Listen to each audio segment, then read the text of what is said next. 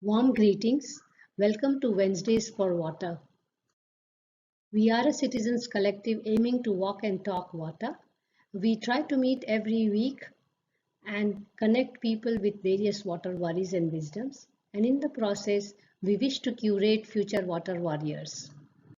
The way we talk about trivial things for hours, water too needs walking and talking to address the rising water distresses. The way Wednesdays for Water is conceptualized as a prime time show, it wishes to make water everybody's business. The idea of the series was conceptualized in August 2020, and by the end of the year, the team and the structure was pretty much in shape. We started in April 2021 with Dr. Rajendra Singh's inaugural speech. We wish to bring science and society together, and therefore we try to bring in every session either a policymaker or practitioner and a researcher or academician. We also think that future generation is crucial and therefore they have presence in each session. We are going stronger with every week now with session on either quiz, couple of weeks of hard talks and a week of soft session of art and music. There is a simple structure for each session of quiz, hard session and soft session which are moderated by the core team member. Here is a glimpse of what we call as hard sessions and soft sessions.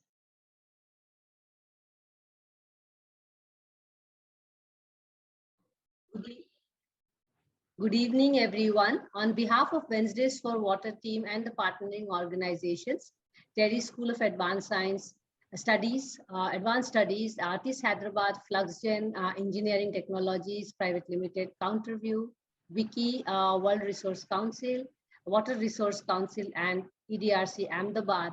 I, Mansee, welcome you all to this one more session of Wednesdays for Water.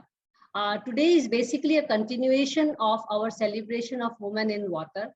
As you may recall that last time we discussed about water museum. So we basically looked at it in two distinct philosophical areas where water warriors contribute. Managing the resource itself and managing the knowledge of the resource. So the latter is what is addressed today. So basically looking things from the ground. And as I mentioned last time, we discussed water museums, which is more of the knowledge management. So today we take up women who are engaging with the resource directly on the ground and building water warriors themselves and working on the policy to bring a change in the way water decisions and actions are taken. And then what and how these proponents of actions influence the pedagogy of water. So the focus of discussion today shall be on the injustice that prevails in the access to water and what are the ways to avert and ensure justice to water injustices. And particularly when we look at injustice, women comes out at the forefront as the one who carries the water is also the one who is actually most vulnerable. Well, water justice and water ethics go hand in hand. And those working in the various aspects of water will agree again that water management eventually boils down to people management. And also to large extent, there is a patriarchal issue which needs to be managed. So today we shall learn from the examples from the people, from the policy and from the pedagogy itself. So we have this time another star-studded speaker session with Nafisa Barot, Swayamprabha Das and Vibhuti Patel. And today we do not have discussant, unlike other sessions when we have a young discussant. So my apology for that. But the topic was such that we were really keen to have these three ladies to really talk about three different scales and three different parameters. Also, just to clarify to all of you that Wednesdays for Water is youth driven to bring them together, but just to make this disclaimer for today's session. So let me quickly introduce our speakers today and briefly, and I'm going to put all their bios in the chat box because they have an extensive body of work in their kitty. So I start with Nafisa. With 4 decades of experience in building gender-sensitive institutions for empowerment of rural and marginalized communities, Nafisa is actually actively associated with various movements, influencing people and policies around water, gender justice, and sustainable development. She co-founded Uthan in 1981. So we are already talking about a woman who is actually working on water sector for more than 40 years now. She has done extensive work with various institutions, including government, international organizations, just to name a few, Kapat, NABARD, Dwarka, and I know recently they also won a very good award, and she's going to throw light on such the things. She is founder board member of Mahiti Development Support Center, PRAVA, and Working Group for Women Land Ownership and India Wash Forum. So she's basically many platforms, and as I mentioned, I'll put all these things here. So welcome Nafisa on this board, and we are very excited to hear from you. Your leadership skills, your contribution to the establishment and promotion of community-based initiatives in this sector. Importantly, this year, 2020, Nafisa also won the International Water Association Woman of the Year Award. So we are very proud of you, and she's also based here in Ahmedabad and also a close friend of mine. So I'm very excited. Our next speaker is Swayamprabha Das, fellow Fulbrighter, I must say. So I'm also very excited about her. She is has a doctoral in international relations and with over 24 years of work in the field of program development and management. She's extensively worked on sustainable development goals, human development, skill development, climate change, wildlife conservation, and like Nafisa, she also has worked across stakeholders, corporate sectors, NGOs, government, you just name it and it is there. For example, IUCN, WWF, NITI Aayog, UNDP, and so on. So I'm very excited, Swayamprabha, because we have been chatting for long. It's good time that I hear you.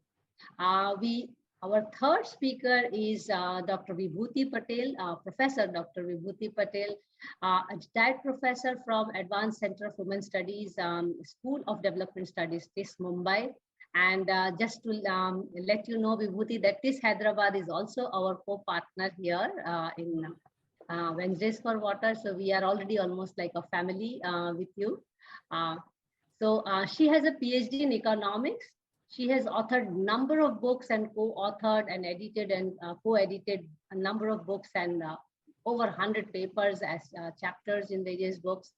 She has been extensively cited, and she has authored and co-authored 34 research monographs and reports. She's a very well-known person also as a speaker. Let me tell you. She is also founder, member, and trustee of Anusandhan Trust and its Institution Center for Inquiry into Health and Allied Things. She's trustee of Vacha Women's Research and Action Group, and I can just go on with the list, and huge list. As I mentioned, all the three speakers are really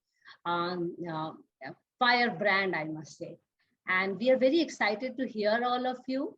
And I will just start with a very simple question from my end and hand over it to Nafisa to start talking about being a woman warrior yourself, and then also bringing along many women warriors in and building their careers, life, and also building the society at large in more than 40 years. Nafisa, how do you do that? Over to you.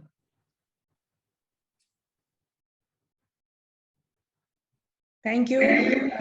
Thank you, Mansee.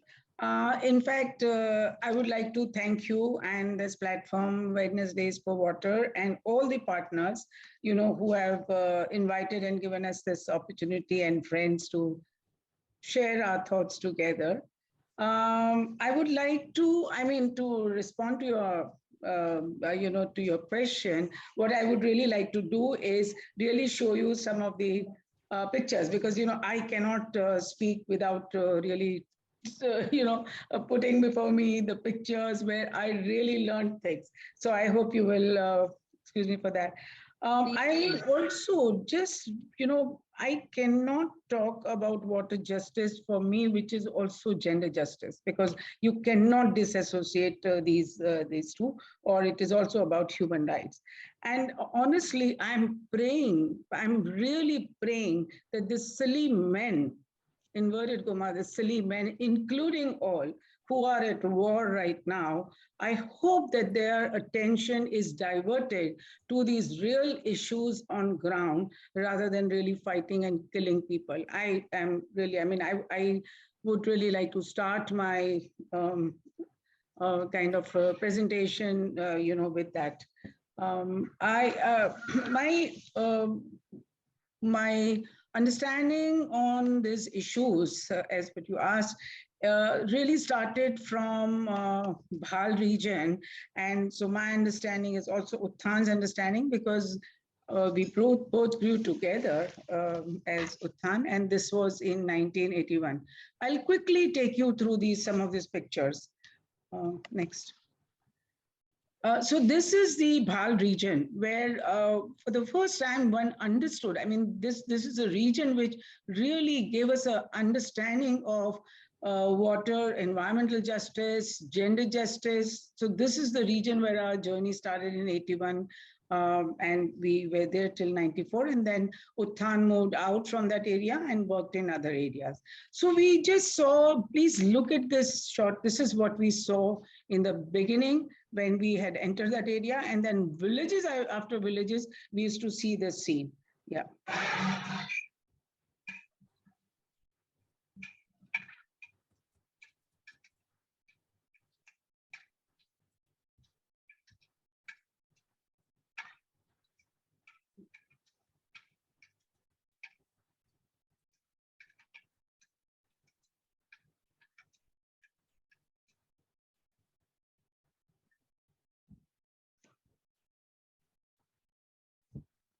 So perhaps many of you who have been watching this, who watched the scene, you must have also seen that mainly there were women around that underground tank from where they were trying to get water, and they were the ones who really had to struggle.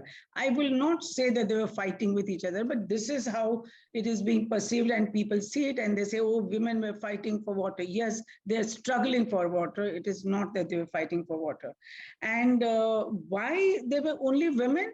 Because in these communities, in these villages, we had seen that communities have decided that when men get involved in taking water with the kind of condition which we saw of the tank, there were a lot of violent conflicts, and they ended up in police cases and things like that. So they decided that instead of men going, let women go and let them hit each other, get injured, but then it is like it becomes their responsibility to get water. And that is the reason we saw that most in that around the tank, underground tank, where the water was coming, we saw women and young, very, very young girls into that. So this was very, very moving for some of us. And we also understood that what women were saying and men were saying, there was a big difference in this area where we started working after block level plan, which we had done in 79-80. Men were saying that they needed employment, while women were saying that without addressing the issue of water, employment will be of no use. It will not be, people will not be able to take that opportunity. And one can really see, from the area and from what women were going through, that which was so true, what women were saying. So we started, our vision mission was not in terms of we will do a water project or we will do some other project. Our whole, what we understood was that this whole idea of India, what is written in the Constitution, how do we kind of initiate that processes of empowerment where the communities themselves will bring about change in their own lives. So they will define what are the issues they want to address and change. And the water became a very, very major issue for women. And so that's how we started working with them. We quickly did a situational analysis to understand that, why this problem was there. We saw that a pipe coming and, the water was coming in that tank, and the amount of water also we saw. And it was because there was a long pipeline long distance pipeline, where, which would be broken at several places. So socially, if you see in the head-rich areas, head-rich villages, people will break it for different, for their different use, while the tail end villages where we saw these women, struggling to get some water, they did not have any control over people breaking this pipeline, or did not have control over this water coming to them. So it was a kind of a social problem. We also saw that it was the groundwater which was being extracted to pump this water in 100 kilometers pipeline. And that I'm talking about 81. And even now in 2022, we know that everywhere it is pipeline, and we'll come to it later. So the issues of this whole centralized system, withdrawing water from groundwater, so the groundwater table depleting, and the water quality depleting, and ultimately at the tail end villages, people not getting water. So this was a huge injustice that we found, and the inequality, so those who had wells or bore wells, they had water for irrigation and for other things, while for, for the women, they had to really go in for long distances to get water. And this whole even use of water, so I would say that abusive, use of water, both by industries and agriculture, the kind of practices that we have, has really led to these water issues that we are seeing. All these canals, and these are some shots from the Narmada canals, and we can really see that, somebody either steals water from by putting a pump, or the canals are broken. And then we see in the distance, the third picture that we see, that, those industries are there. So, you wonder that it benefits whom? I mean, all this big infrastructure and, the dams which are really being built, not to say that other people don't benefit, but then who benefits is really the question. So what we've done in Bhal, and since then, I mean, because our journey started in 81, but we've gone across different regions, and we've always discussed, sit down with women, try to listen to them, understand what they've been saying, and what women have been saying, that they want decentralized alternatives like rainwater harvesting, water which is closer to them, because that gives them the security. While, when you talk to men, they still say that, okay, yes, this big pipelines and all that, they're still very lured by, this whole concept of development, even when, they know that maybe, they're not, one is not sure whether that water will, they will get that water or not. But women are, at least, they feel very strongly that they want these alternatives closer to them. So when we discuss, so these are just few examples I'll show you, and I'm sure there are many more examples, but I'll just few of them I'll show.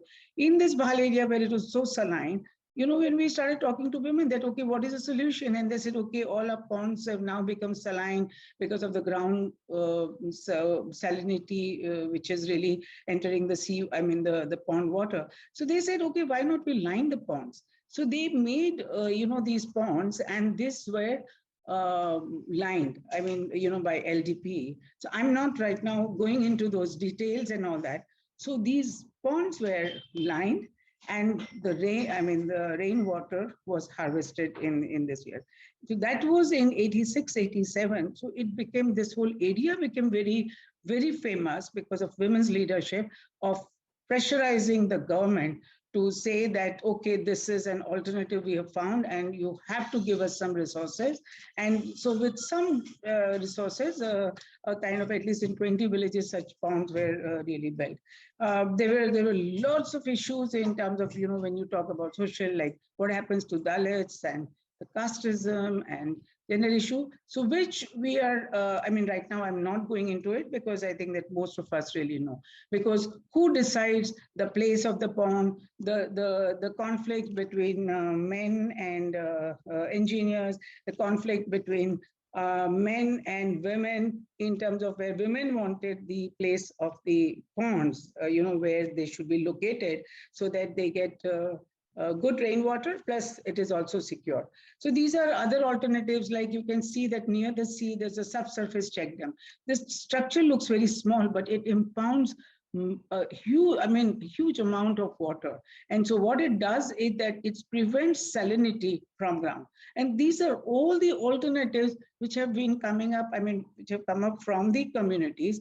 And the women always have been in the forefront in taking it ahead. So whether the ideas come from men or women, but something that they feel is going to work, that's what they they've really taken the lead.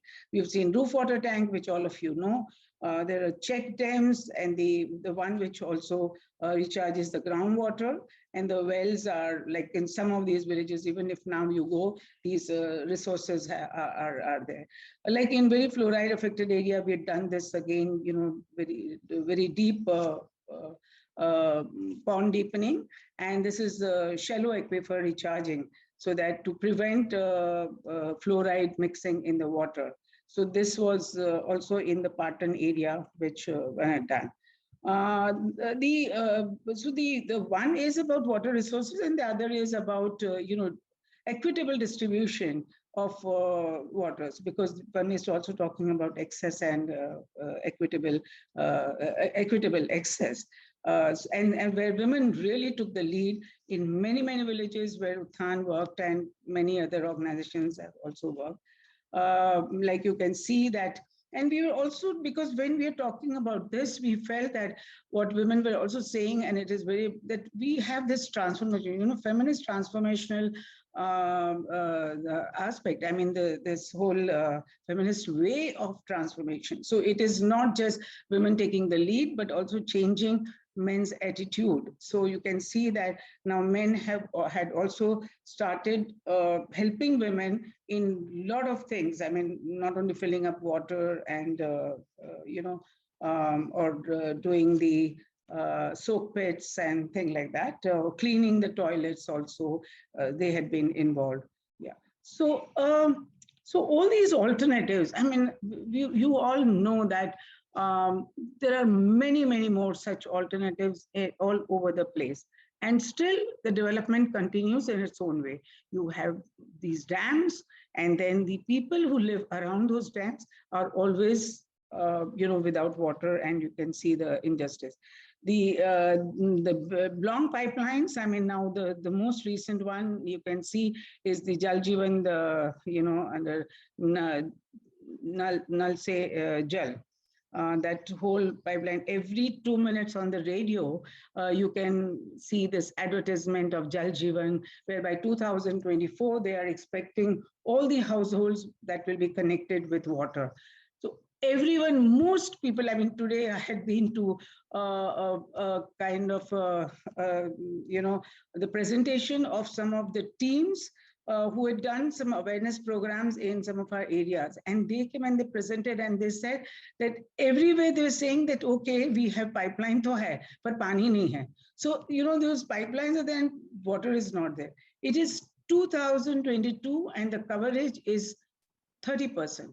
And they're expecting that by 24, they will cover all 100%. Only God knows how that is going to happen. But the most important thing is what is going to happen about the water source, because the water coming from long distance, which may have similar problems like what we saw earlier in the initial slides that I showed. So there have been many protests to really protect their resources, where again, women have taken lead. We had Nirma, against the whole movement against Nirma plant, nuclear plant, which was really going to take away their the resources, natural resources, where the water was being recharged and protected.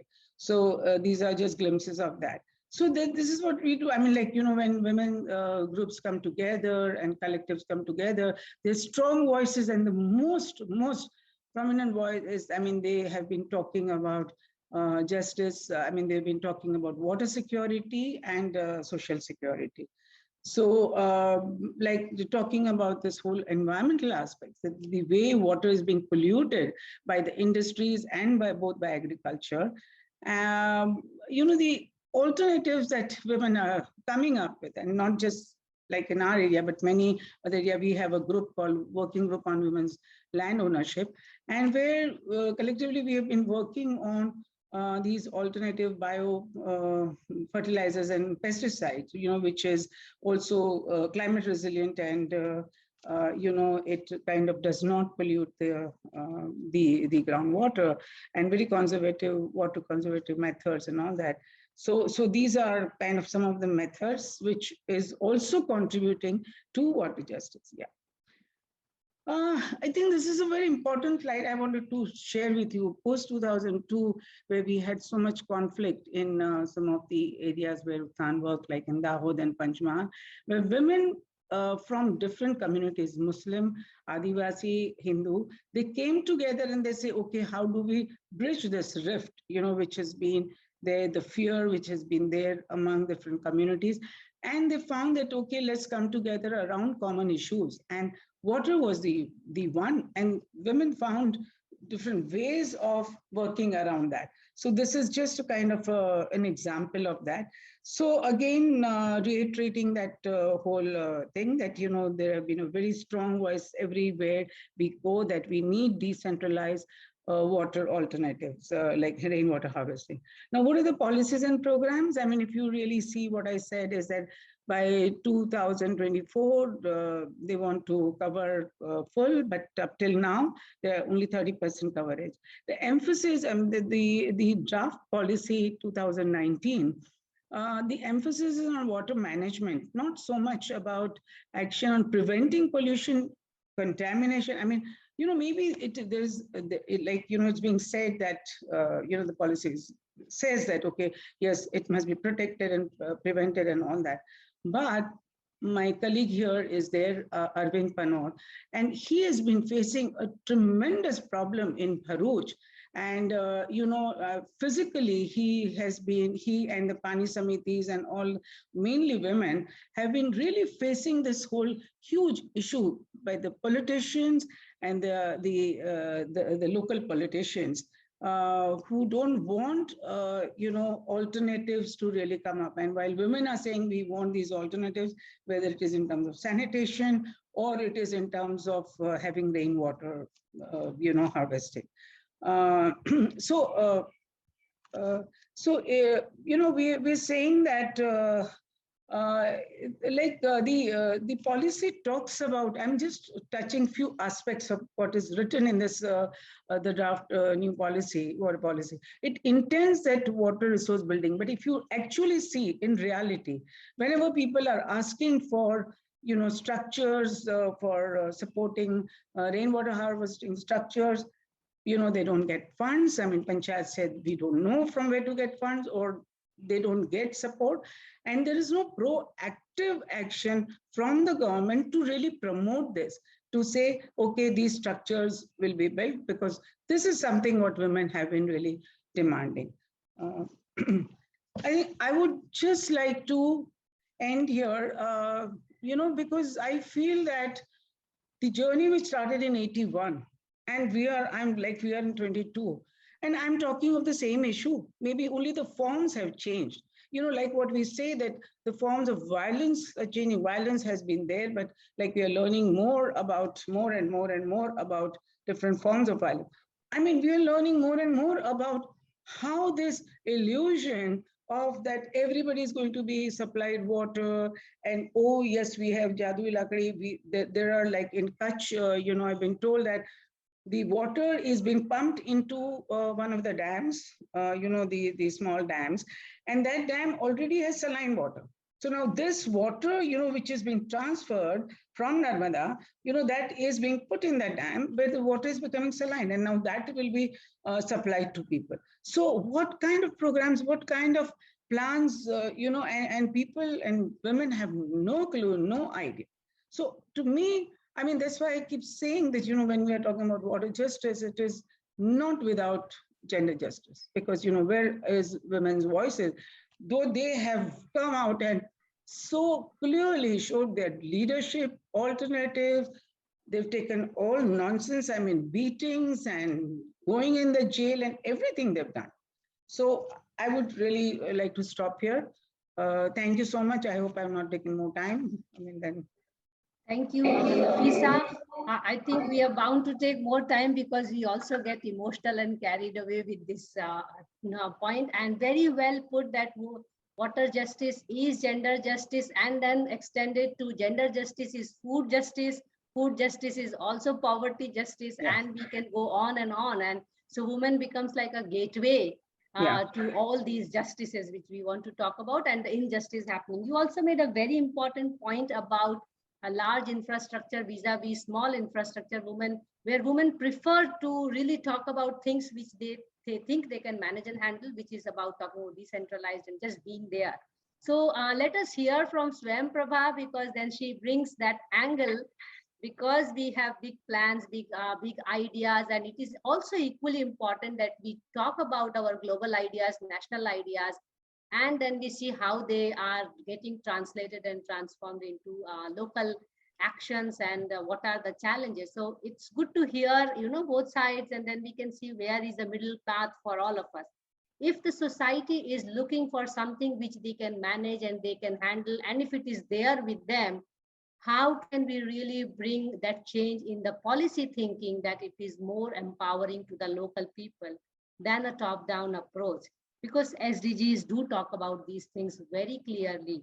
So Swayamprabha, we are very excited. You heard Nafisa's cry as a cry from the woman across. So, and you are going to tell more about it. Please go ahead, Swayamprabha. Thank you. It's indeed an honor to be here with this panel, and listening to Nafisa ma'am is always such a pleasure and so much of learning. And I could hear you, ma'am, for another 1 hour without much hindrance. You just said it. Same here. We can just hear her. Absolutely. And it's such a pleasure to hear you, ma'am. It'll be a little effort from my end after you to actually bring this to a global perspective. And please feel free to add, because you are so learned and you have worked in the field for more years than I can ever think of working in the water sector. So when we look at the water, and as you've rightly said, it definitely is a women's issue. There is no two ways about it. Apparently, there are about 2 billion people around the world who are without clean water at home. And for many of them, the safe water, the closest safe drinking water or for that hygiene is 30 minutes away. And when I'm saying that, I'm not only talking from the context of India, but that can be seen in many parts of the African continent, Latin America, even Southeast Asia. So water is a global issue. And that is how water sources, getting the water, has been a problem and an issue and under discussion under the gender equality. And why is this a women's issue? We have already heard Nafisa ma'am, but I'll very quickly just touch upon this again, just as a reflection, just to bring us all again to understand it, that water collection is physically demanding, and it is especially the pregnant women and girls who are always at risk carrying those waters. So again, the collection of water is again for a woman. Water collection can be life-threatening also, because many a times it has been seen that women, not just in India, but in other places also, they have to walk miles to get water. And sometimes it's so far off that they have to go even before the sun rises. So there is a risk out there for young women and girls, and there is a risk of gender-based violence, which is also very high. And collecting water from rivers is also very risky. You do not know where the currents are, where the flooding could be, where you can be, where your jerrycan, your pots, water pots, they can all go away. They can all be taken away by the currents, and you might just get swept off. So we also have a risk out there. This also, UNICEF studies also suggest that, when children are tasked with collecting water, it is more often that they would miss school because they have to go and collect water. So they're not able to attend school. when they need to devote their time to walking half a day to collect water. And it gets even worse when they are having their menstrual cycles, because safe and sanitary facilities are either not available at the homes or at the institutions where they are studying. So water again is a very important part to a woman's life. And what does it do when you're walking so far off, you're collecting water? There you are also not able to pick up any job because you do not know how long that standing in the queue would be, what the fights are going to be like, and what is the time that you would come back, dedicate to your family, and then again go back to work. So that again reduces the economic empowerment of women when they are more entrenched into collecting water. And lastly, women are also the caregivers at home. So while they would allocate higher waters for their partners, for their parents, for their children, they always have very little water for themselves. And that is the grim situation where mothers are faced with the reality, where they have to give water, where they have to share water or make provisioning of water more for the family than for themselves. And that could also be a health risk, our own hygiene risk to these women as well. And if this water is contaminated, it's even worse because you really do not know what the sanitation conditions are there in that place. So water is very intricately linked with the life of a woman from childhood, from womanhood till old age.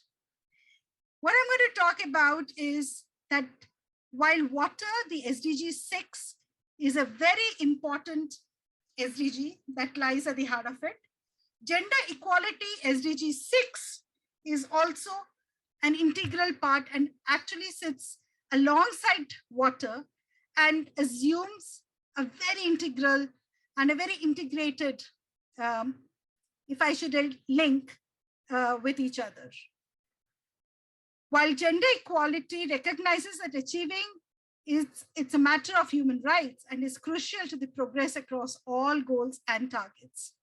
While being a goal in its own right, gender equality cuts across 17 sustainable goals and is reflected in 45 targets, 54 indicators for the SDGs.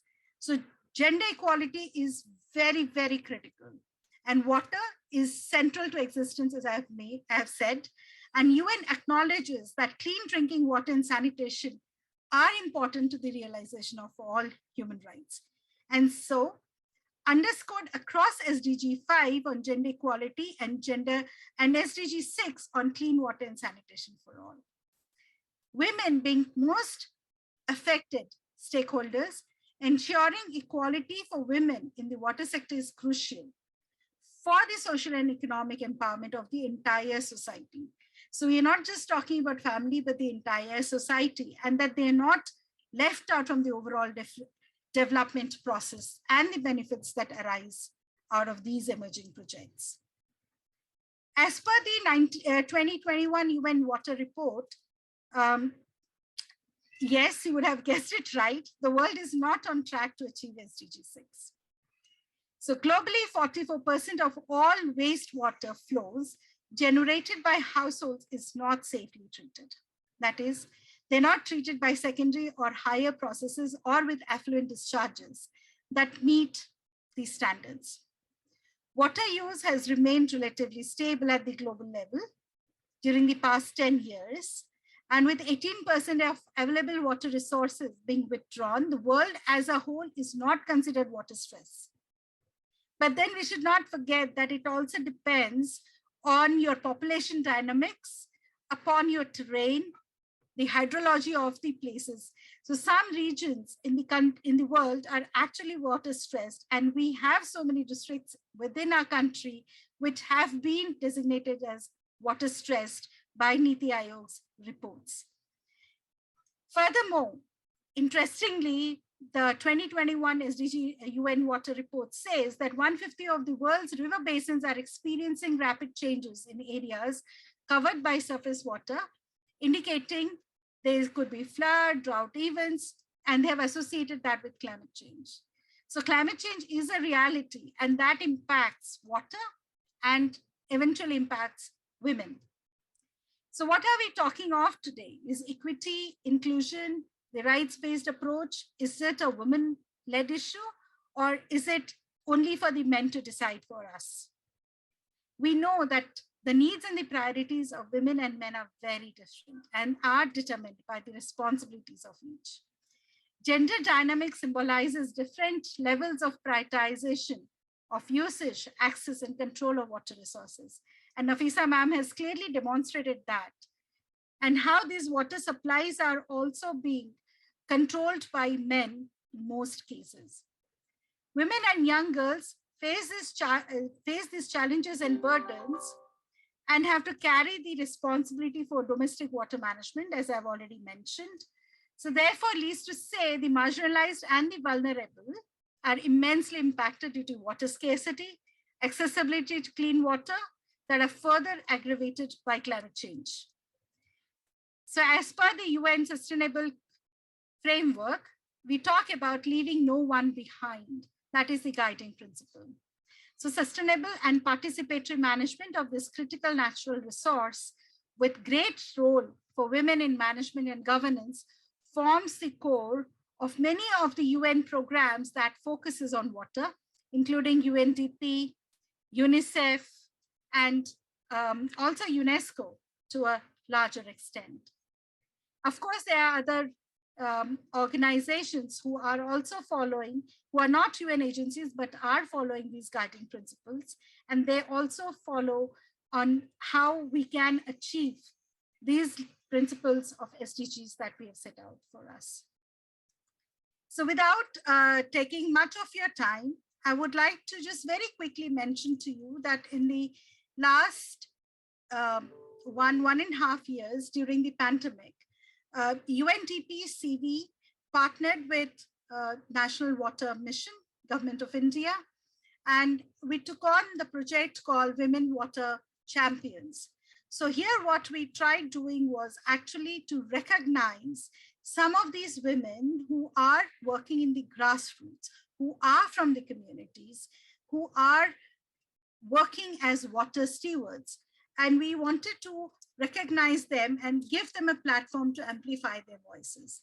And I'm very happy to say that we worked with almost 35 very credible CSOs, foundations, private sector in this area.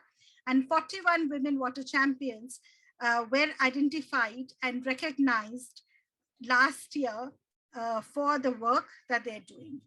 These women are either illiterate, semi-literate, they belong to the marginalized communities, including from the tribal and indigenous communities, water-stressed areas. And of course, there is no age that could bind them.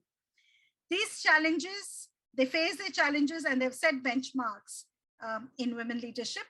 And standing behind these women are these reputed organizations. Some of them, if I may just mention here, was WaterAid, WOTR, Oxfam, PANI, FES, Foundation for Ecological Security, Keystone Foundation. These are just to name a few.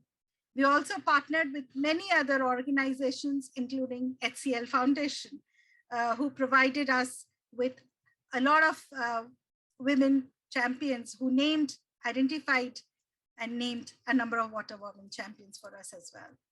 So women-centric planning, implementation, policies, programs, skills are very important, and they have to have a people-centric approach to sustainable water conservation and management.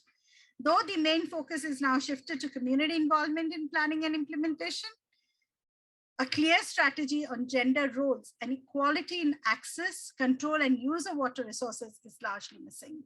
And we have already seen that Nafisa ma'am had mentioned about the new water policy, and this water policy needs to be more genderized, if I may say so.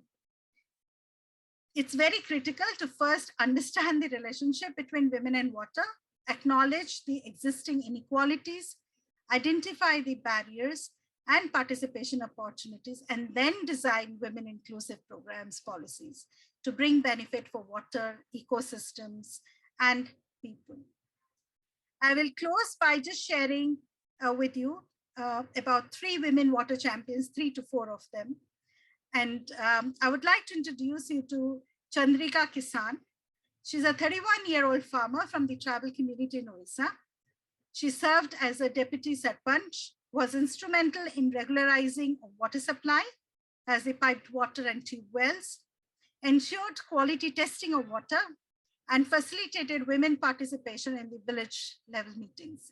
She's also a tube well mechanic. On another spectrum is a young dynamic student from Rajasthan. She's Gayatri Sharma, who launched a community program on water literacy, encouraged young water warriors from her region to join her effort, and in creating water harvesting structures.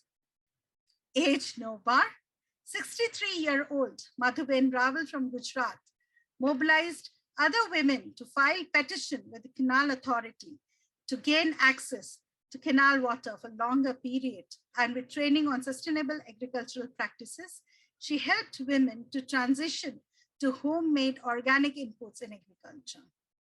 Aptly demonstrating her leadership skills is Aruna Das from Assam. She formed the Women Water User Group, led a rally for the completion of the river embankment so as to protect the community from flooding. Last but not the least is Vali, a 40-year-old tribal woman possessing rich traditional knowledge of farming and wilderness, is a barefoot ecologist from Tamil Nadu. Her work brought a shift in women leadership and accelerated rejuvenation of springs, construction of bunds, and she's also promoting kitchen garden around the ponds. So I will leave you all with this little flavor of the women water champions that we could identify and recognize from the women water champions work that we did with CV and with the government. Thank you. Thanks, Swayamprabha. Thank you for telling us, all of us, actually, that things are changing. So, and the change is slow. So both from the policy side, which you mentioned from SDG, how we are relooking at everything, and also the accelerator model is actually talking more about equality there. And also a very important point, I did attend the inaugural of that presentation of Women Water Champions. So we are very excited that things will change. It is slow, but I think the realization in both the camps, it's not about 2 different camps, but the realization that women are required, and women are also realizing that they have to, raise their voice. So to be accommodated and talking about it. So thank you so much for enlightening us about what's going on, because it's important to see both the angles, and where can we bridge, as we mentioned. And I think somewhere, being from both academic and practice background, I will now invite Vibhuti to tell us how we see that science has some kind of answer to bridge what's going on in the society and what's going in the policy, and that's how our viewers will also realize why these 3 speakers are here to give, a holistic angle to this whole issue, that gender justice is society justice, is water justice. So over to you, Vibhuti. We are very excited. I have heard you many times, but I mean, I can really hear all 3 girls unending. So please take your call. Please unmute yourself and go ahead. Thank you, Mansee, and congratulations for starting this very important series, because the issue of water distribution and water concentration, the resource livelihood resources being concentrated by microscopic minority have been discussed since late 80s.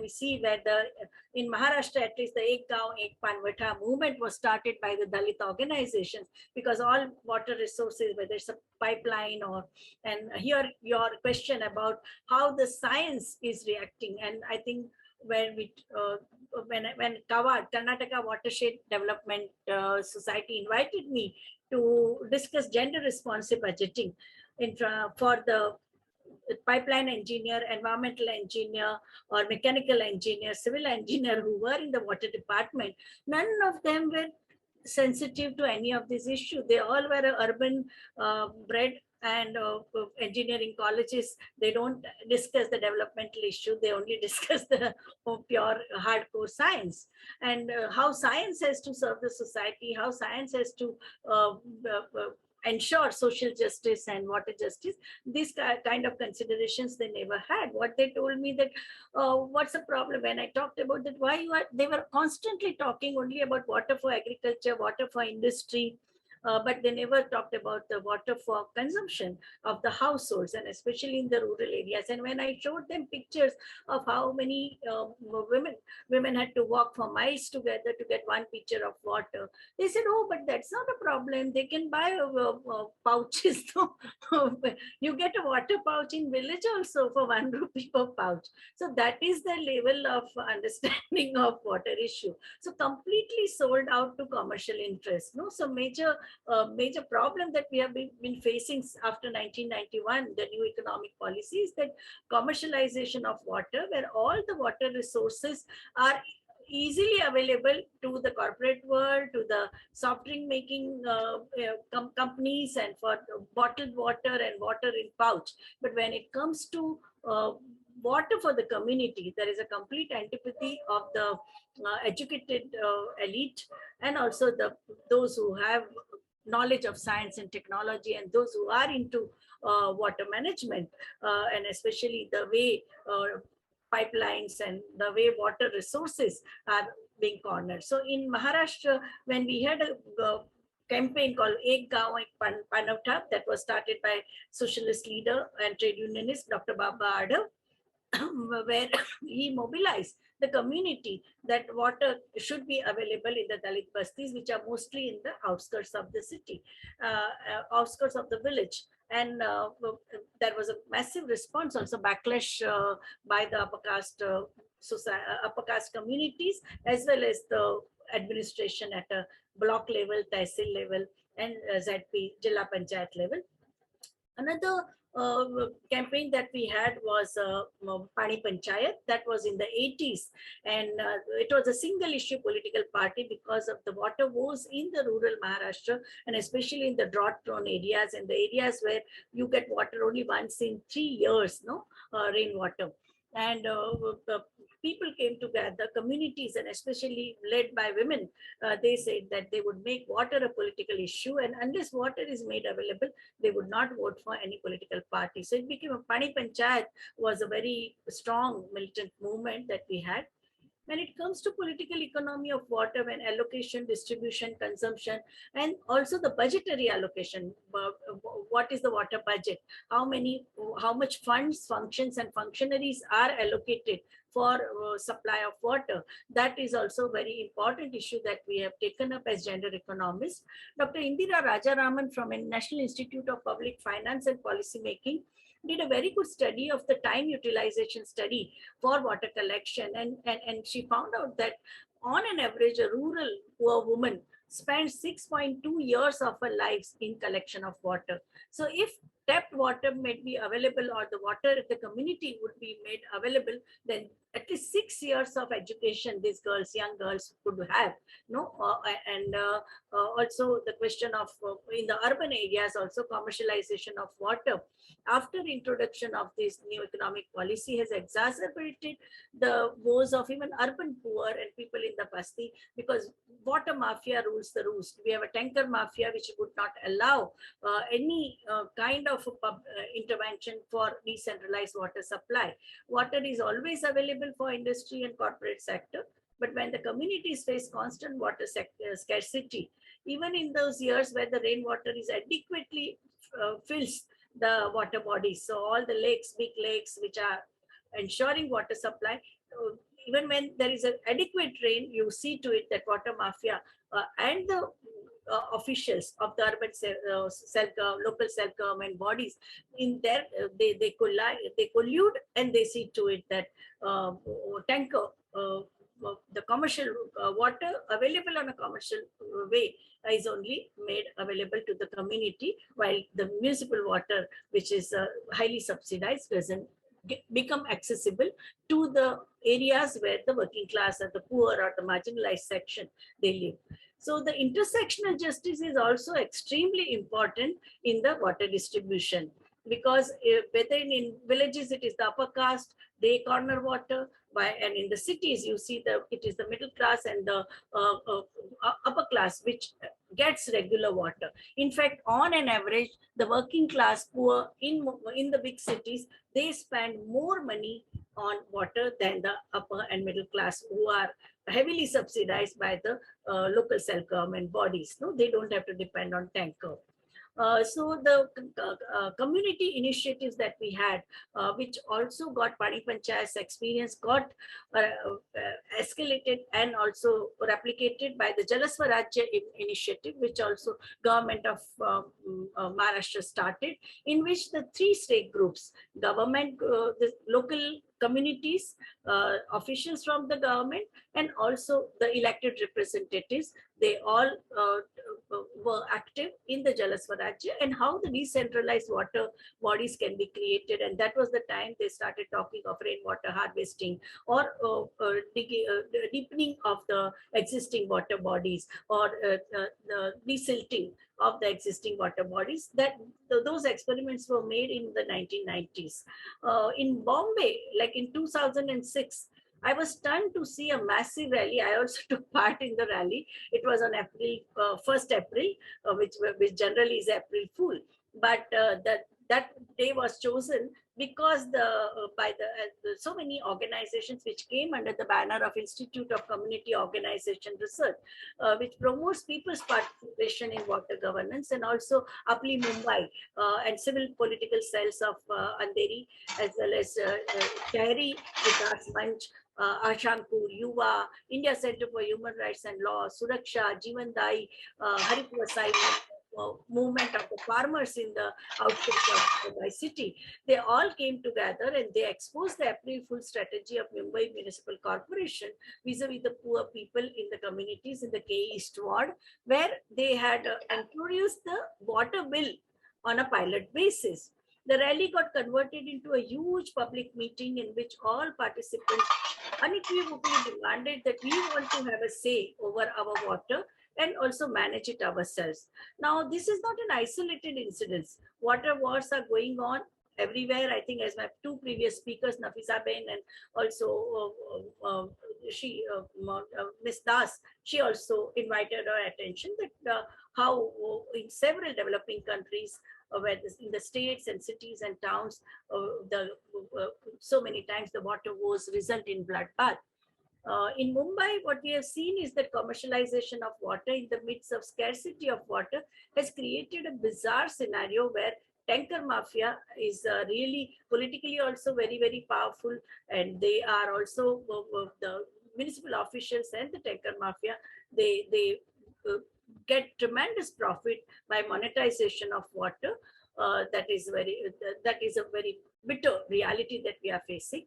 BMC had appointed private consultant, a company named Castelia from France, to study water supply management in Andheri, recommended a better system, quote unquote, better system for billing and collection of dues. And it is at the behest of World Bank that has identified K East Ward to implement the pilot water distribution project. And after this survey, BMC was planning to outsource collection of bills for the area to another company.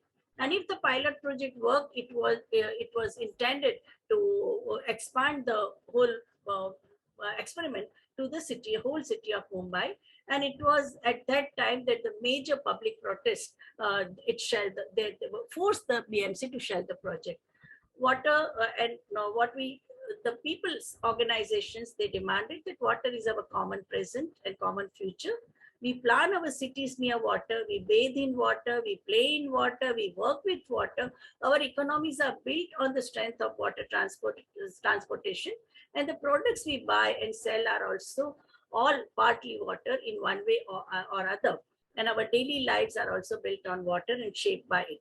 So without water that surrounds us, the humidity of air, roughness of the river's current, or flow from kitchen tap, our lives would be impossible. So in recent decades, we have seen that water has fallen in our, has become a much controversial issue, even in the political discourse of the local self-government.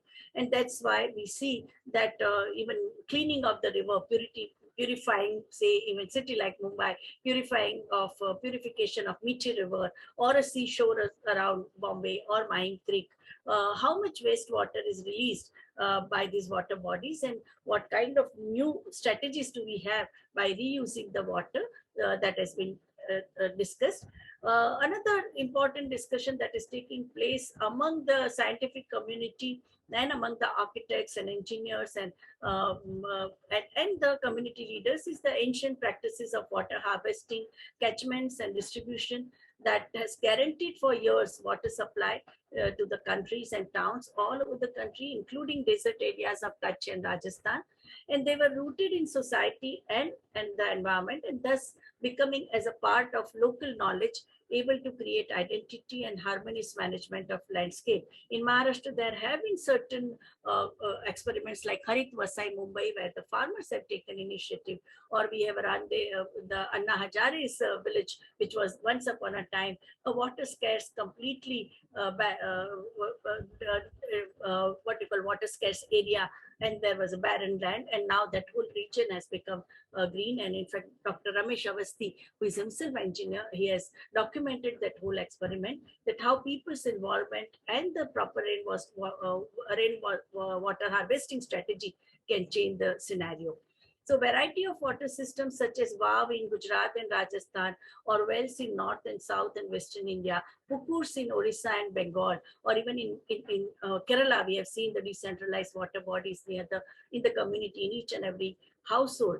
And also in the northeastern region, they had their own ways of local and traditional ways of water conservation. So current risk of water shortage, desertification, degradation of soil from global warming, and also increase of demography and urbanization and agricultural industrialization. I think these are some of the challenges that we are facing, and that's why studying, innovating, and reusing traditional water systems is a fundamental contribution to water resource management based on local sustainability, as Nafisa Ban has also told us, and her pictures were so poignant. And also the recovery of aesthetical value of monuments, which are further resource for people, but need adaptation to the changing socioeconomic context, which are very important. So I think what we have seen that in that rally, and currently also, where so many activists and the community-based organizations, they are saying that the contemporary situation of big cities like Mumbai reveals the cost of marginalizing the majority urban poor in global mega cities.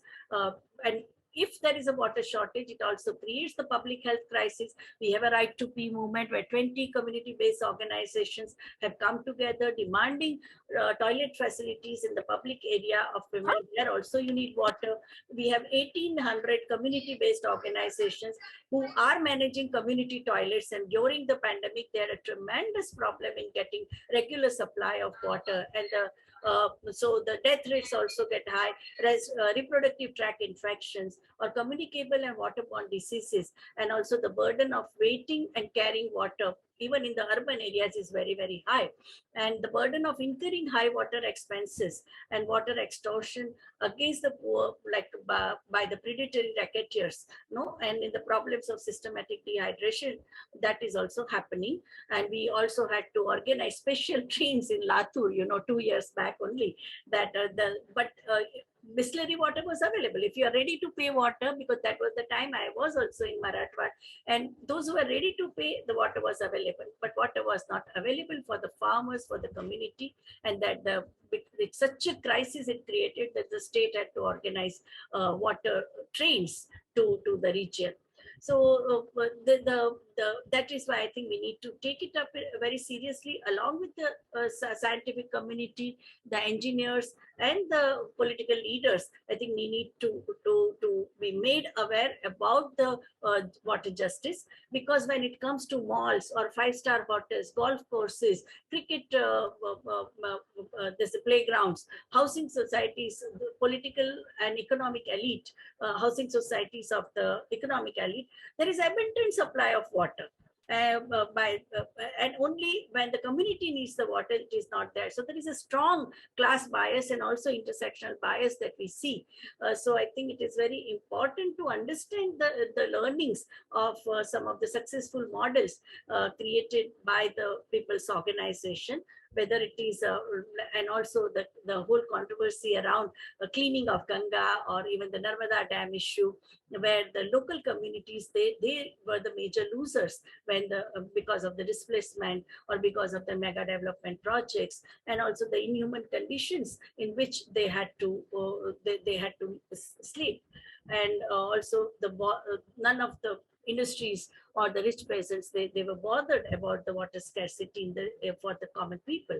So commodification of drinking water by private companies is encouraged so that the upper income group with purchasing power can buy safe drinking water. And I think similar thing happened even in Delhi, and the Delhi also, the middle class also joined the Water Workers Alliance to fight against privatization of water, and multinational companies entering the water areas, and also the water was always available.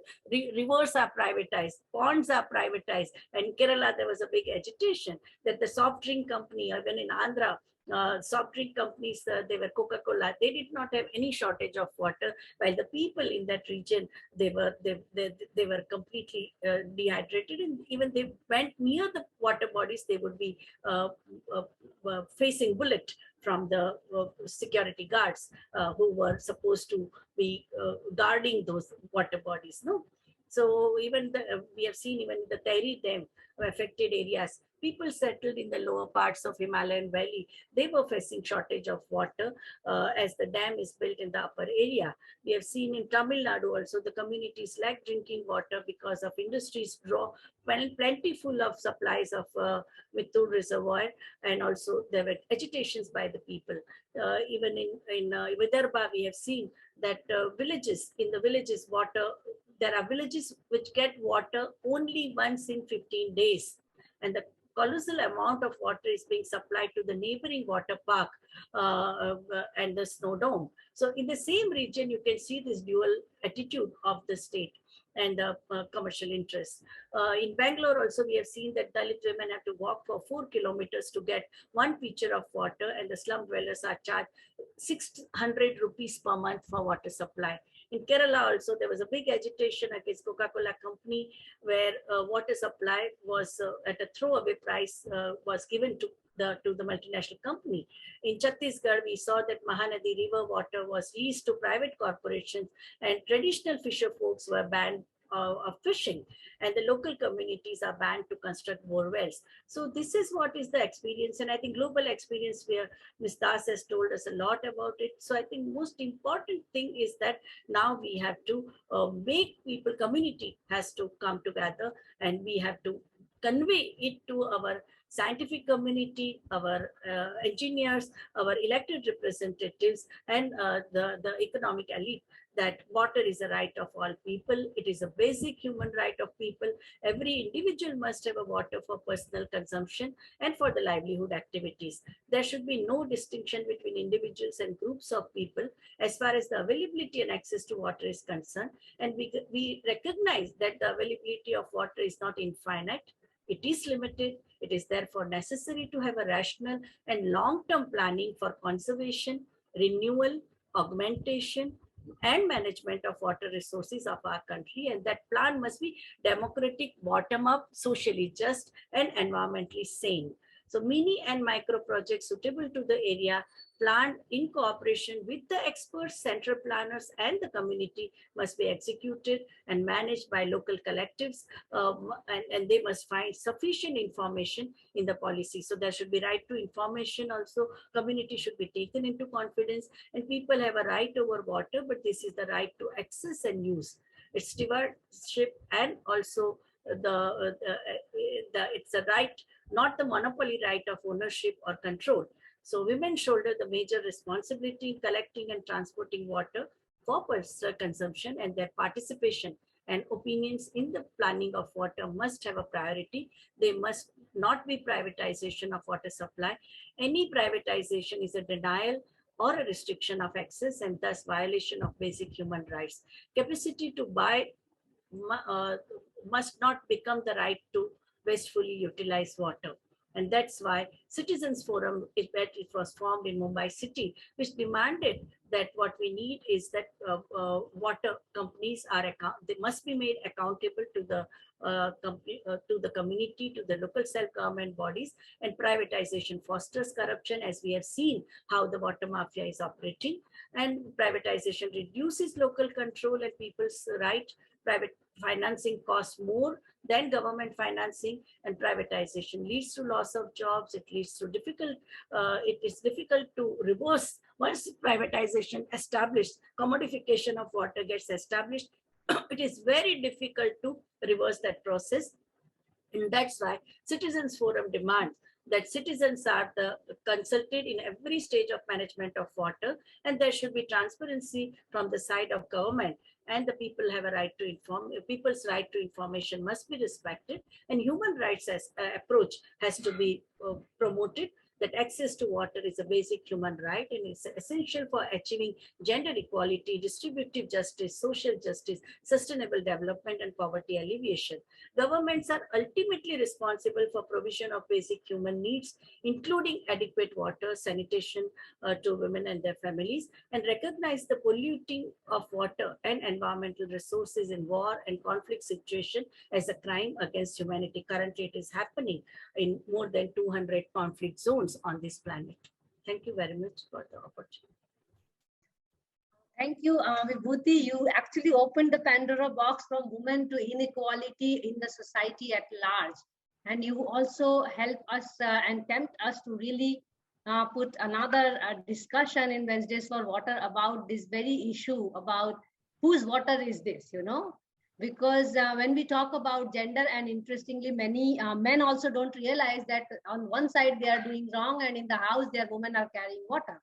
You know, we can see this classic example in the rural areas where men are working in large projects and their women are fetching water and really crying for smaller grants and smaller water access, as we saw in Nafisa's study of 40 years, that women are actually looking for smaller initiatives where they can handle and where they can manage, and men have really been inclined towards this because men were also in the powerful positions.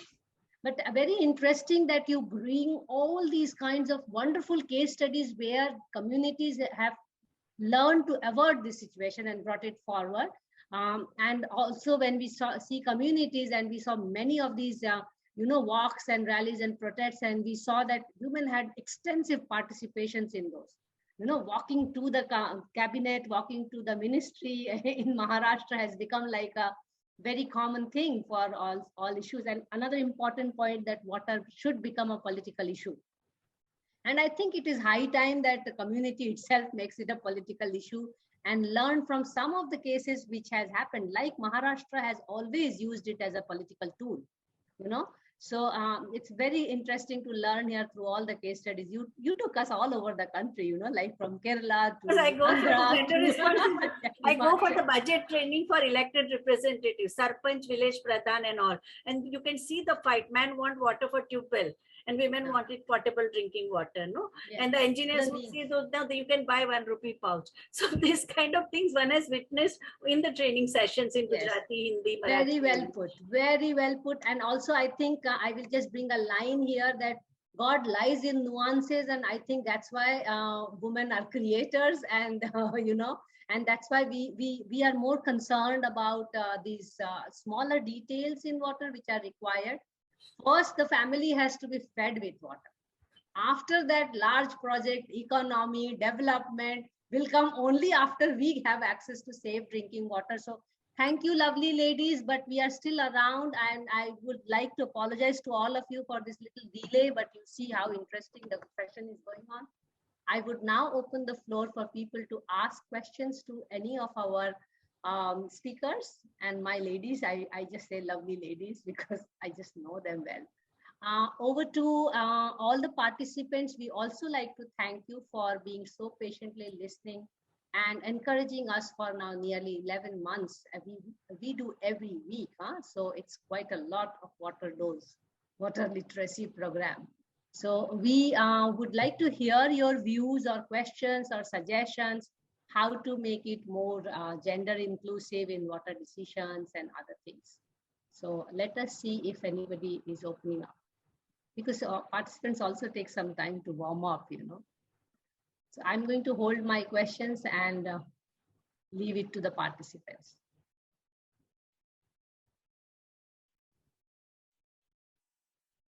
Okay, so maybe I start the question for all of, okay, Ganesh has raised his hand. So, okay, Ganesh, please go ahead.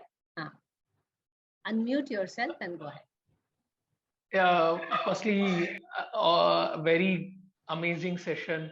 And I know I've understood the real challenges the women face in a family only after, not after getting married, after we had a woman, and challenges women go through at large. So the knowledge of challenges women go through in this is something that I have started understanding by just observing my wife. My question actually is not a question. It is an idea I wanted to understand, get some validation. And of course, this is to do with water. And what I have actually observed in a lot of rural areas where we've been engaging is there is a lot of stress a woman goes through because of scarcity of water.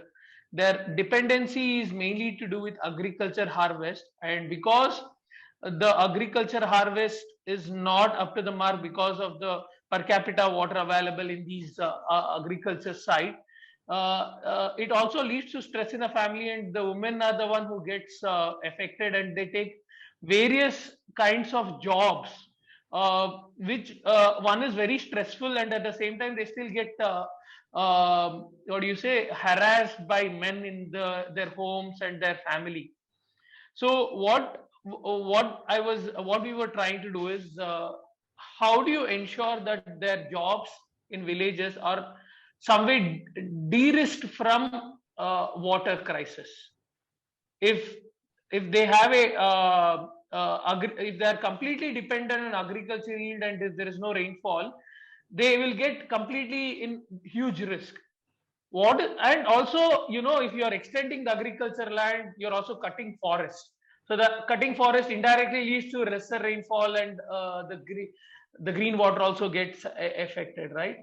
So my belief is that there should be an income source where it can be separated from the water crisis. I mean, because of climate change and a warmer planet, hydrology will change, and that also leads to in possibility that we give human, especially oppressed class, on other jobs which are not to do with, which has lesser impact on water crisis, like rural BPO, rural this one. I mean, what do you call? They do some kind of a manufacturing activity which can be done at a household level, and activity that can. So I know this is not. This is some way we are seeing the problem of water. How do we mitigate it? By giving employment. So the amount of water required per hectare of land, even if it gets affected, but the income for women doesn't get affected, and they can be they don't get into the challenges, crisis the family get through, and they can be eventually the breadwinner for the family, which is de-risk from this one. So there is some initiative that we are trying to do in rural Mysore, where we are trying to give them livelihood, even in terms of tailoring, stitching, and also testing our electronics hardware, repairing, and we are also trying to give them BPO or a vernacular BPO. So I wanted to understand if there is any downside in some of these activities, so that when we scale it, we should be aware what we shouldn't be doing. And also want to understand if there are various other ways by which water crisis doesn't affect the livelihood and violence against women that we constantly see. I think very, very intertwined and complicated question, because you are looking for alternate ways to resolve women issues, domestic issues, and also at the same ek tir se do nishan. So you want to No, also I solve should the also water say a crisis lot of and my influences by my mother. My mother is a sociology grad. She studies sociology in her undergrad, and she used to teach a lot of whether I should use the word slum or I would say impoverished environment. She used to teach counting numbers and teaching Kannada to them to avoid violence against them. So I should definitely say that has also come through. So Yeah, so thank you so much, Ganesh. I see Swayamprabha has raised hand, and then we go to Nafisa. So Swayamprabha, please unmute yourself. Thank you.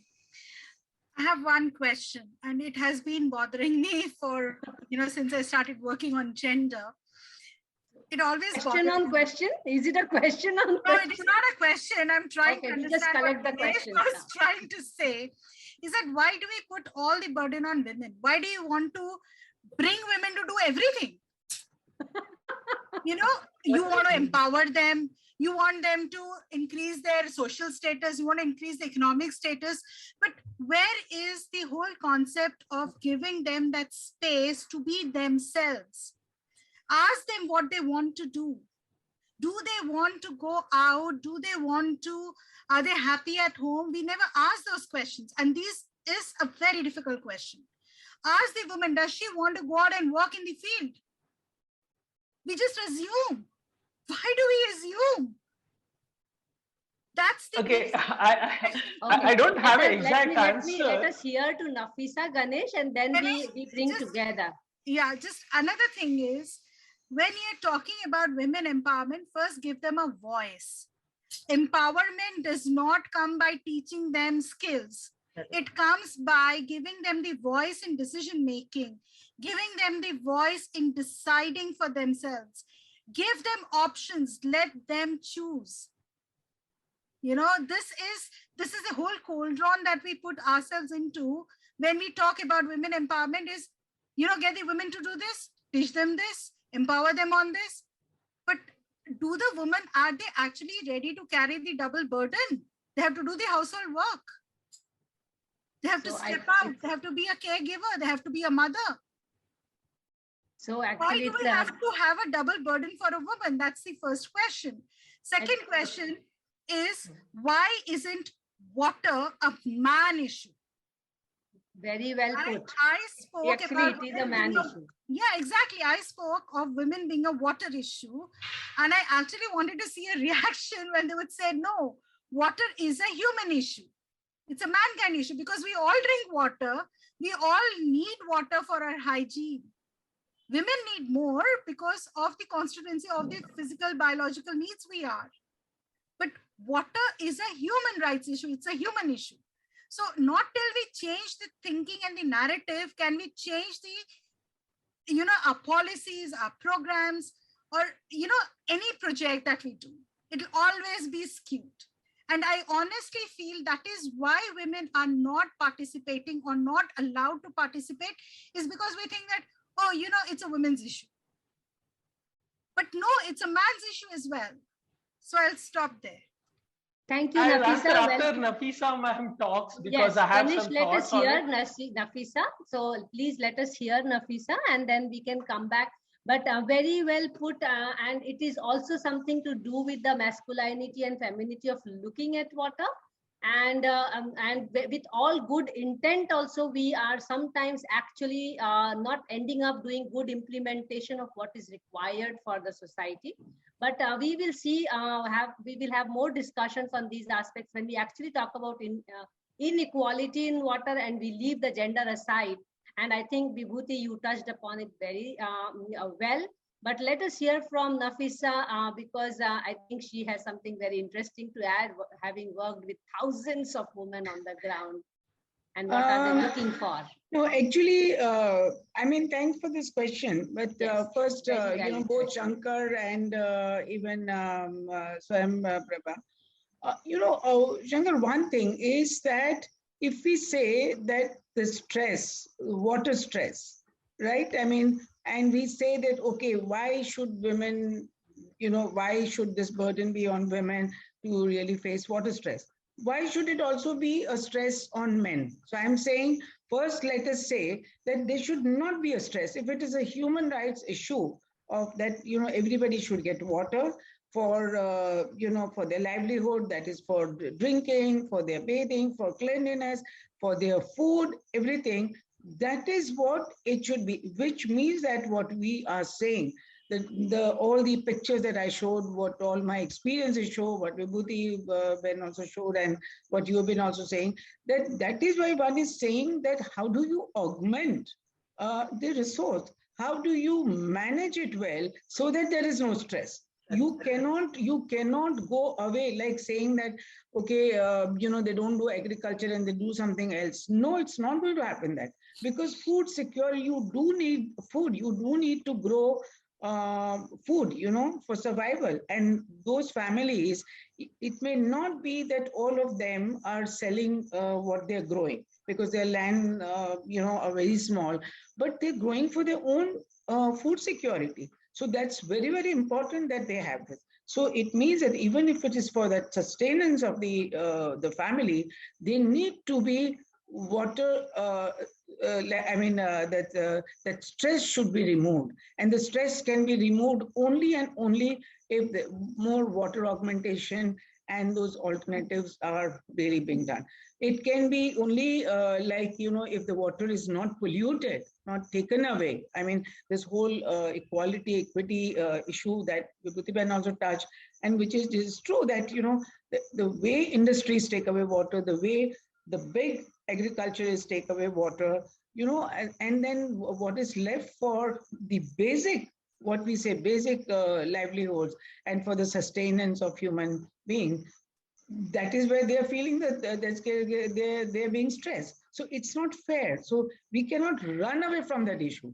We need to address that issue. So of course, when we are talking about livelihood issues and all that, I mean, like adding to their income and all that, but believe me, even if you do that with the income addition and all that, the water stress will remain if you are not addressing that, because so that is my one point. Second thing is, I will never say it is a women's issue. Water is not a women's issue, as what you are also saying, Swayamprabha. It is not. It is because of the gender roles. I mean, it is because of the patriarchy that we are facing, and the kind of other domination, the engineers dominating the designs, some politicians dominating where the money should go, the corporates dominating, how they can extract more resources, etc. So the thing is that if you really look at this whole thing, it is that women are they become the victims of the effect of all this ill planning and the use of water. So I'm saying that, but the fact is this, that many of these women, like what you were also talking about, the women champions, and my examples, or even Vibhuti Ben gave these whole examples where women really came out strongly, is because women they don't want to be in that victimhood. Whether you talk about violence or you talk about other things, you don't want to be every time. So it is not giving them empowerment. You cannot give anything to, you cannot give empowerment to someone. It is only that you take them through that experience, that experience which itself, like where people who go through the experience, they themselves absorb, and because of that experience, they become more empowered. So to me, I mean, that's also something that I've learned, that it is not something I can help someone. It is not, I cannot help. I can only kind of create a situation which possibly could help someone, which possibly could empower someone, So, I mean, I just wanted to. Yeah, thank you. Very well put. I guess it is about the narrative and also. Just a second. It is about the narrative, the way it is put, and also the way the society has been looking at the water problem. And because if we talk about patriarchy, that discussion never happens in the society. And when we link it with water, we actually see the discussion sways to the woman's side, because women often becomes at the receiving end. But just to add here, Ganesh, that it's a very good initiative and intent which you have, and no doubts about it. But we can learn what Nafisa is saying, that technology may not have the answer to it. Probably the answer lies in the social behavioral change. And it's not about the behavioral change at the grassroots side. It is also about the change in the way the people sitting in the policy room and office room are deciding for whom is this water. Vibhuti put it very well. If the water is available for X company and not for the local company, local people.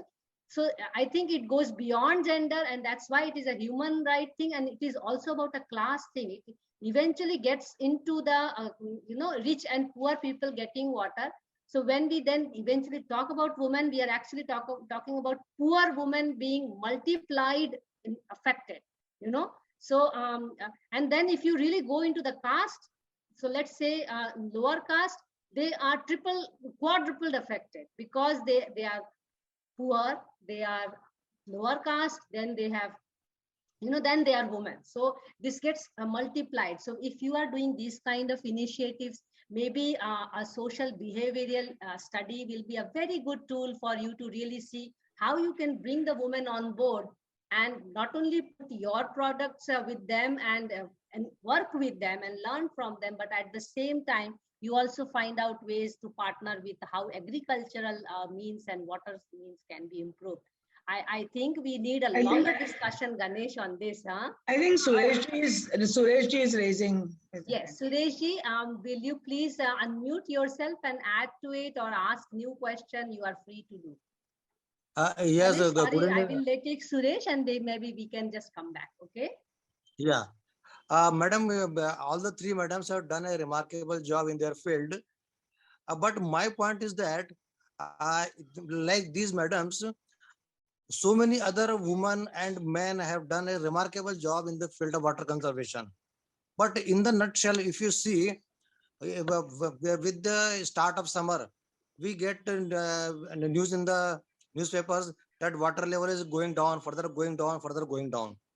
So my point is this, or rather my concern is this: even after doing so much jobs by so many people in this field, ultimately the things are not improving. So what should be done? In fact, suppose there is a problem and we know the solution, so it should be time bound, that by this time this problem will be over. I would like to take this question, to be honest, and also close the session, because we are 36 minutes late. I think, see, even when all the urban centers talk about water shortage, there is water for golf course, there is water for cricket, this thing, there is water for guzzler, water tankers, there are water parks. There are water parks where you can see this about. So you can close them all. Water is not there for other people. So the bureaucrats also, from which class, caste, the community they come, I think that is very, very important about the decision making, about the water. So water is there. Otherwise, why even in the years where all water bodies are full, in fact, they get overflowed. You talk about not having water. And why, the same thing this you is can also get from man the thing, tanker. There is no water today, then you will call the tanker. It is the poor bastis who have to spend so much of money for tanker. Rich people don't do. Even in our cities, when we see where the upper class, elite, and they don't have, they get water. All the 5-star hotels are getting water. All the schools run by the BMC have water. They are continuously stating they are maintaining all best standards of hygiene, and continuous water flow is there. It is only when the community asks for water, it is not there. So this is what we have to understand. This is a class division. So this is about power. No, it is a power game also. It is a power game, It is who has more control. I mean, this is what even Vibhuti is saying. Yeah. And the other thing, Sureshji, like what you were saying, that why so many of us have done, but why water problem is not being solved. One is that the wrong way water is being used, as the examples that Vibhuti gave, that is not being stopped. So many industries polluting water, that is not being stopped. And then the way rainwater harvesting, more augmentation needs to be done. That is not being done. The way it has to be managed, Those things are not being done. And what is done, I mean, the examples like us, what we are showing, it is a very, very small, it's a drop in the ocean. I mean, all the organizations and individuals, and you have 40, 50 women. And I mean, I can give you another name of 1,000 women, you know, who have been taking lead, and they've been really doing this rainwater harvesting, and men, and so many of us. But still, look at India. I mean, look at its size, look at its diversity. So who has this power, who can do it, is government.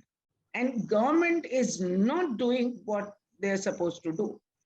So that is what one is saying, that, okay, all these, whatever we are doing, what you are saying, that not just us, but many more people have done it, but they all can just demonstrate in 100 villages, 500 villages, 1,000 villages, but we have how many villages?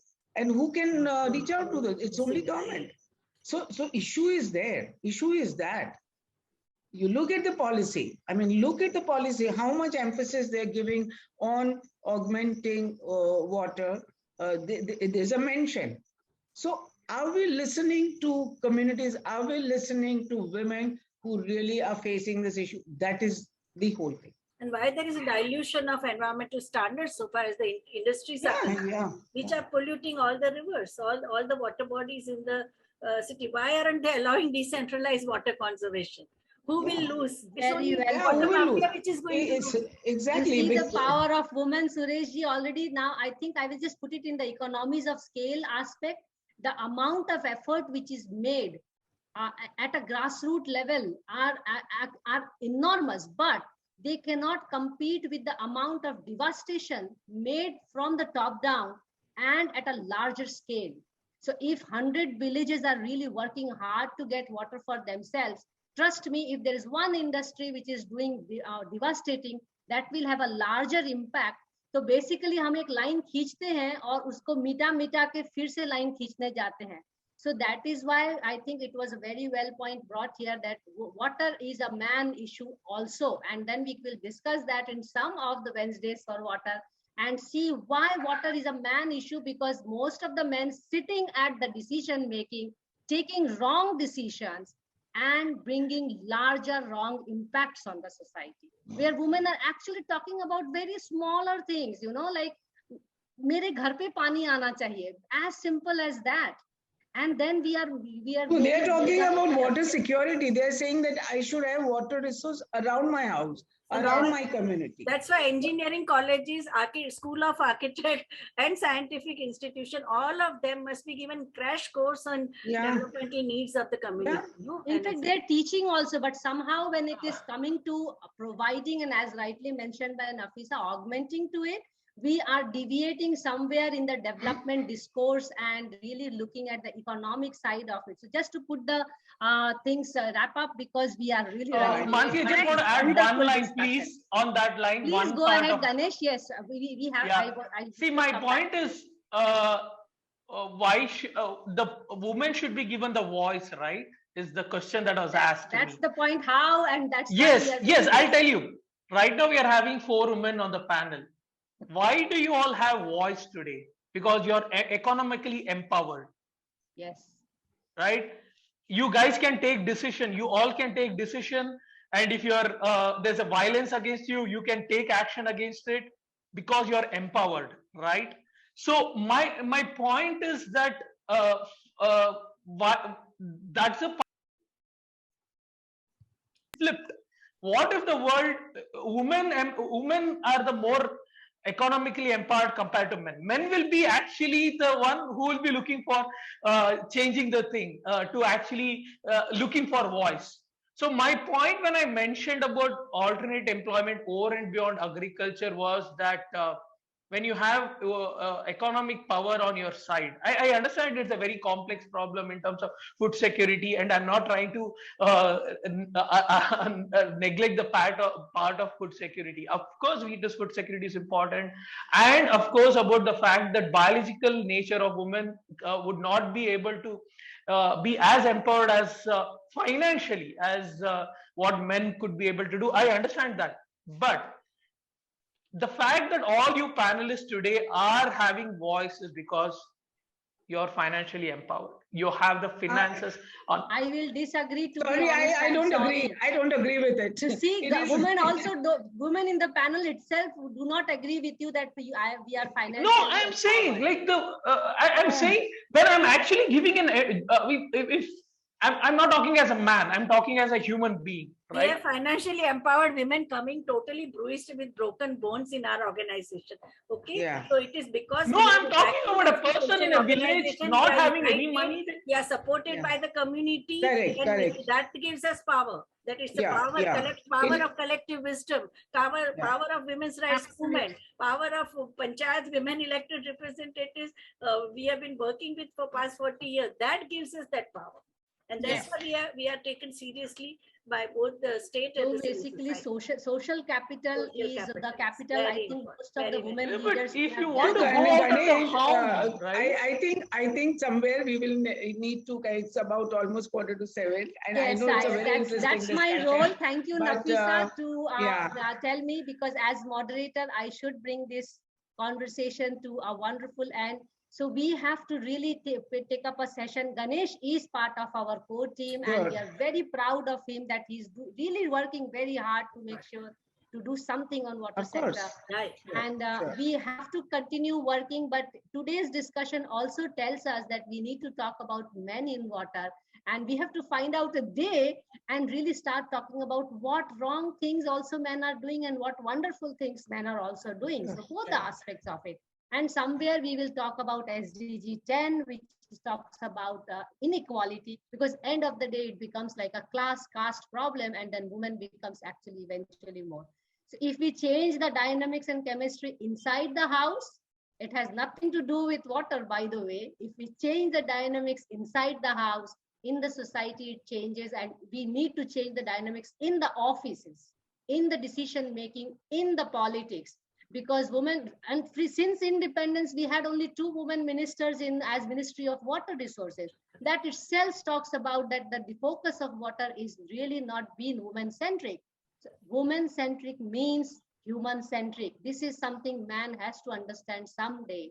And I think this is a good way to really bring an end to this conversation. Wonderful conversation. And I think Thank you. contestation is a part of conversation, and we appreciate this kind of contestation. Wednesdays for Water has been really lucky with having all these kind of people who are really enlightening us, bringing us new insights, and it is becoming like a think tank. It is the free education tool for all of you and for all the people and all the youth. We really look forward to your support every Wednesday until June. We have all speakers lined up, so we are not going anywhere until June at least, we know.